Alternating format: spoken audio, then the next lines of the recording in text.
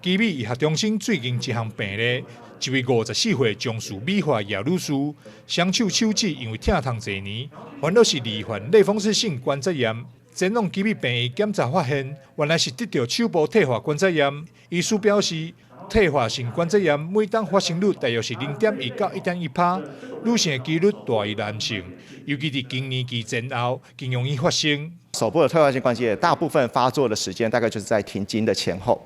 所以像这样子40几、50出头岁的女性，那她们手部在疼痛的状况的话，她们就会去想说，这个部分会不会是痛风关节炎，会不会是那个类风湿性关节炎？因为她们比较常接触到这方面的问题，她们比较不会去想到，这个可能是手部的一个退化性关节炎。所以我们连那个在门诊其实很常遇到这样子的病人来做寻助。基美医学中心风湿免疫科主治医师陈昭宇表示，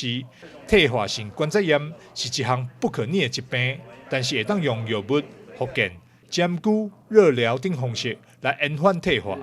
退化性关节炎大概我们大家知道，就是它是一个不可逆的关节，也就是说它一旦开始退化之后其实它就不会再回去了所以在治疗上面我们会分2个部分第一个就是说是不是可以治疗它的症状就是说让它的生活能够那个就是整个活动不会受到这些退化性关节炎的关节痛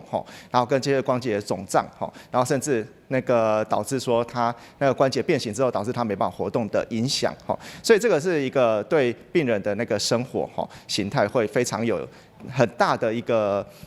改变的地方了当然第2个部分退化性关节有没有办法进一步靠其他的部分去做治疗在手部的退化性关节这部分相对来讲会很难，因为这些都是属于小关节的部分我们可以靠一些例如说外用的像是那个复健科有一些矫正器然后或者是那个使用一些其他的就是像针灸啦或者是像那个一些热敷的方式去改变它的症状。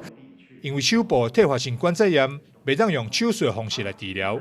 医师表示，民众若是有手指关节疼、变形相关的状况，应该赶紧就医检查，帮助延缓退化。